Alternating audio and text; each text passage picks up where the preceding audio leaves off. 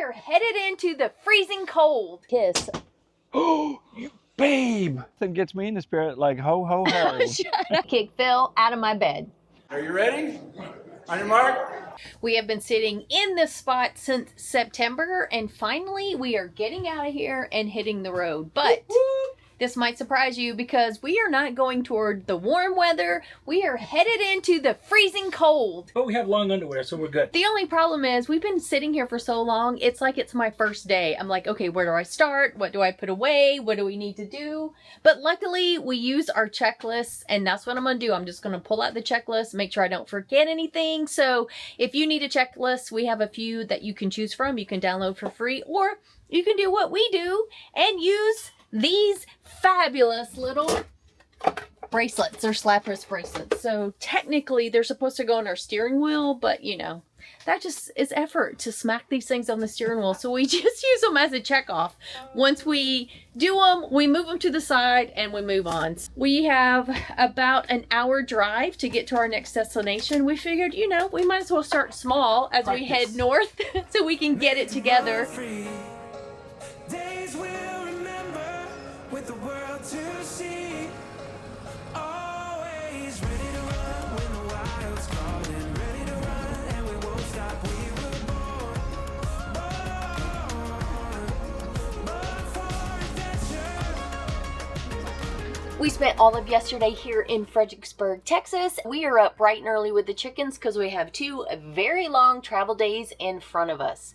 Now, we had planned on showing you some of Fredericksburg while we were here, but yesterday was really cold, rainy, and just bleh.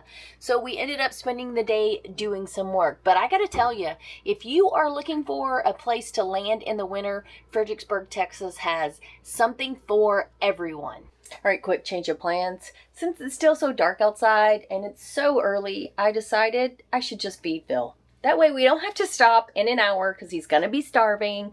So let's pull everything out, dirty some dishes, and get Phil nice and full before we hit the road.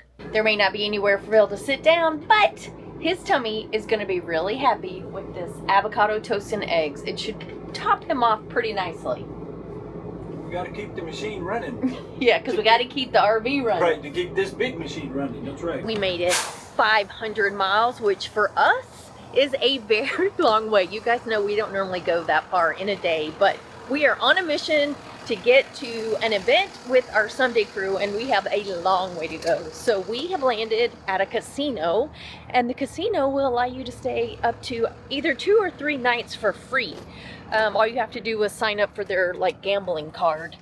And of course they gave us $15 on the card because they're trying to lure you into the casino so they can take all your money. But since I am not Joyce, who is our friend who always wins everything, I'm not going in to gamble. You want to just back straight up and put the bikes right there?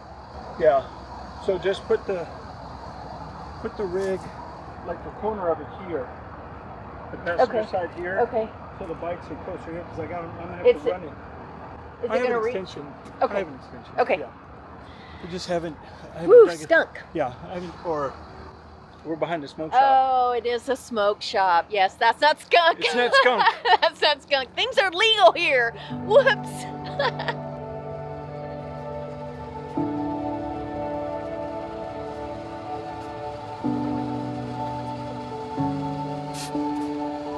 So while Phil's getting us all hooked up with electric because we need the heater tonight for sure, I'm gonna start dinner.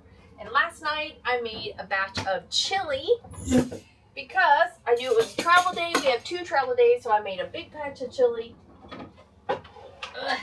So dinner just has to be heated up. So I really like it when I prep for dinner on long travel days, and today is one of our longest in a very long time. So dinner is going to be served shortly.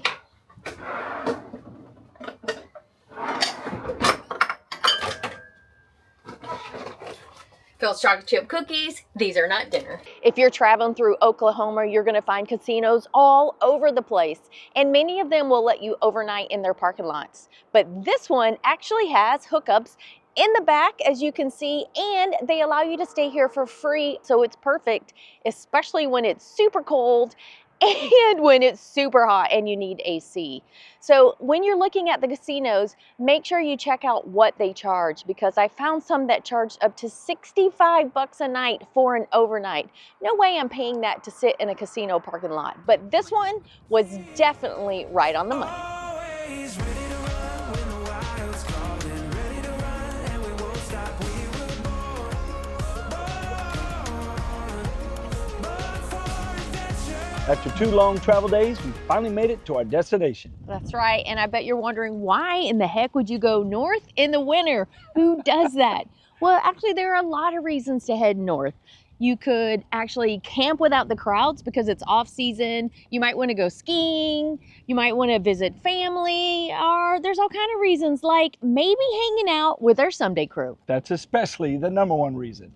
And that's where we are right now. We are in Branson at one of our Someday crew events, and so far we are having a great time. A sweater we could actually find. Are you ready? On your mark, set, go ahead. Go ahead.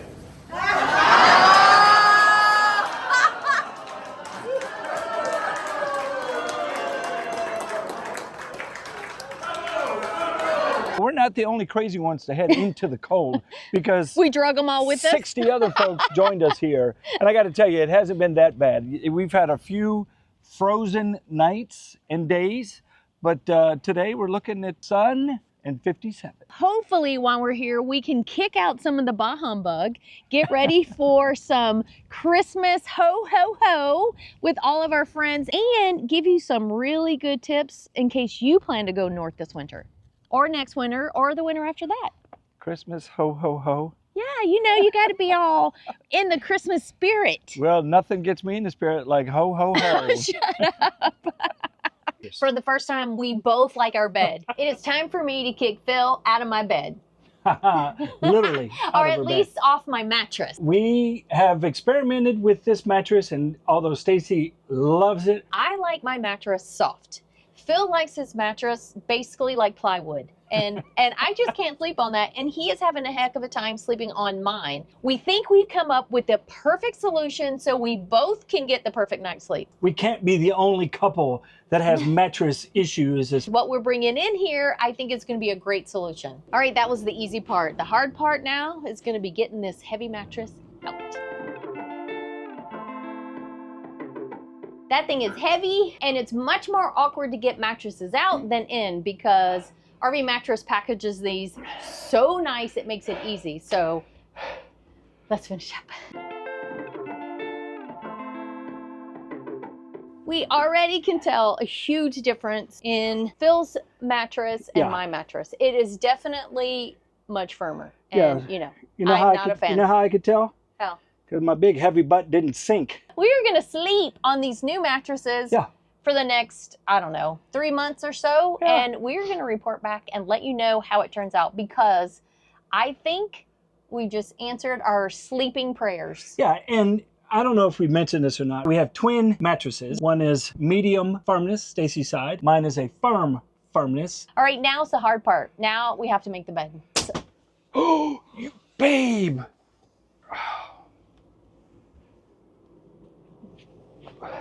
Oops, I squatted down. It's bowed. I know, I'm trying to figure out how to... Oh, the whole thing popped out. Yeah. We're going to have to take it out. We knew it was like 2 inches wider, an inch on either side. When we ordered it, isn't it nice?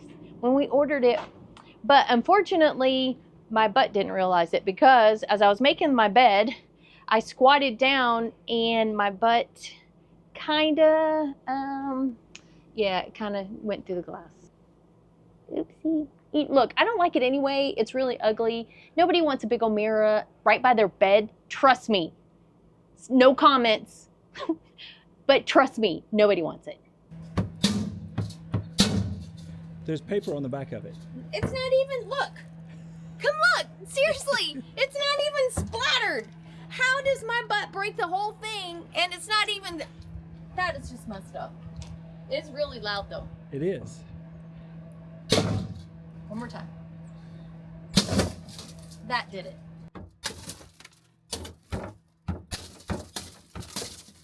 it wasn't as fun as I thought it was going to be. So now the backing, that this was the mirror was sitting on this, they had a tiny bit of glue on here, and that was the problem. The whole piece of glass slid down. It wasn't adhered to this backing anymore. So I was really worried that if we tried to finagle it, it would slide down and glass would go everywhere eventually.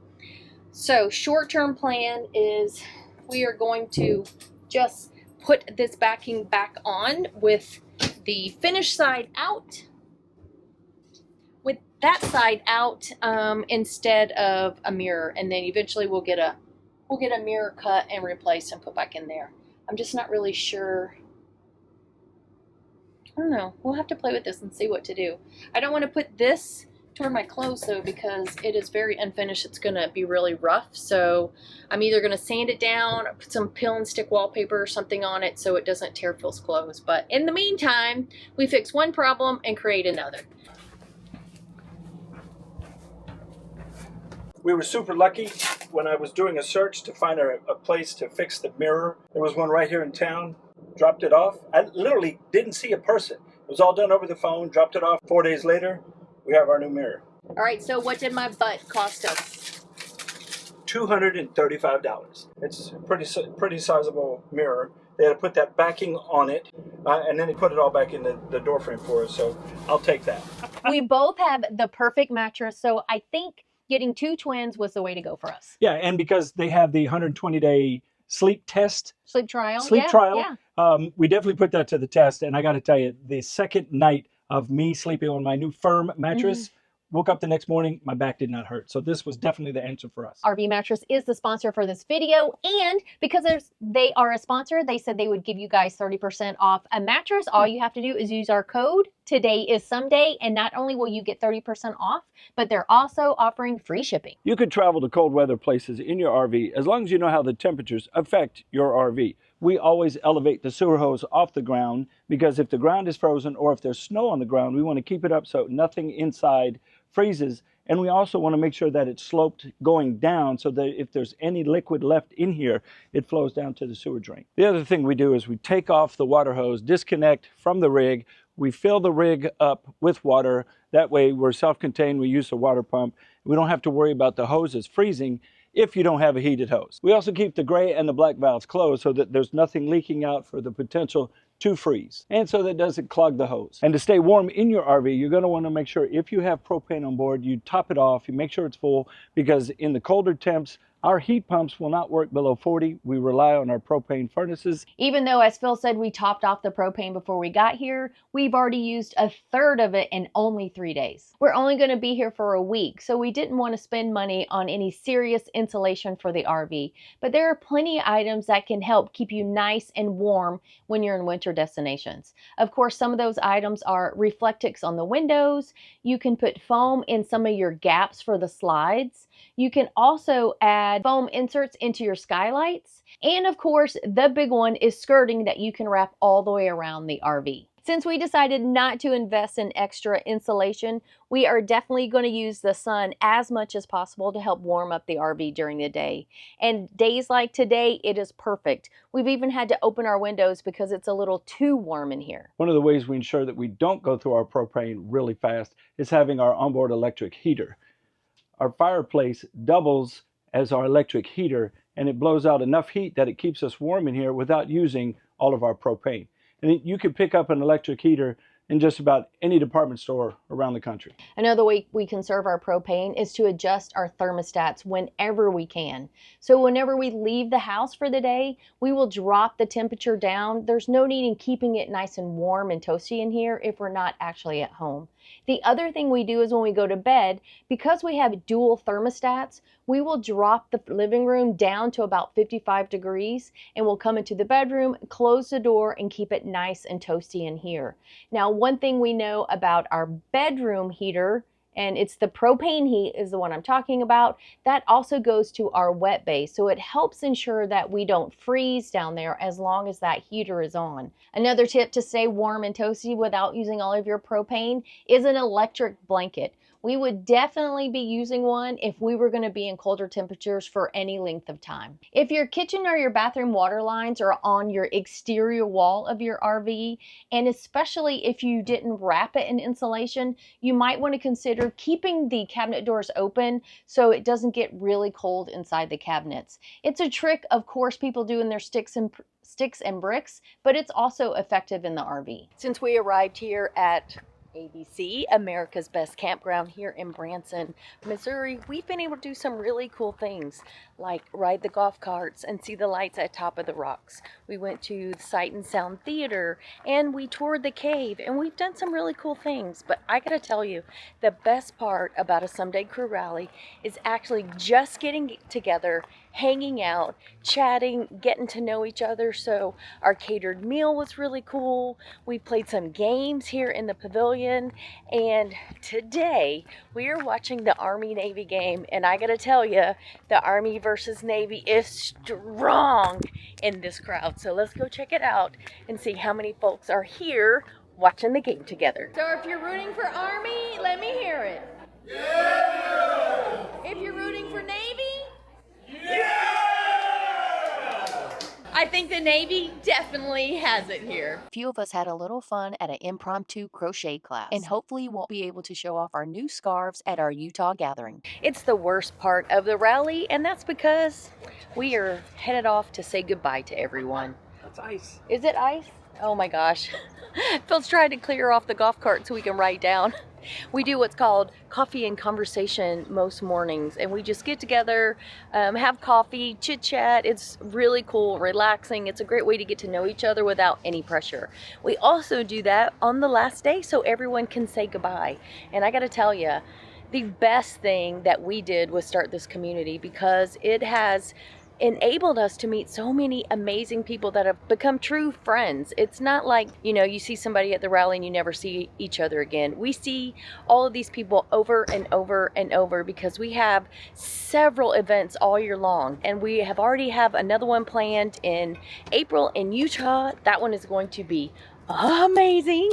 So the friendships and the bonds and the connections are real. It's not just just a passing rally. So we also are able to stay connected online with our own texting group. So if you're looking for real friendship, real community, join us. There's always room for more friends.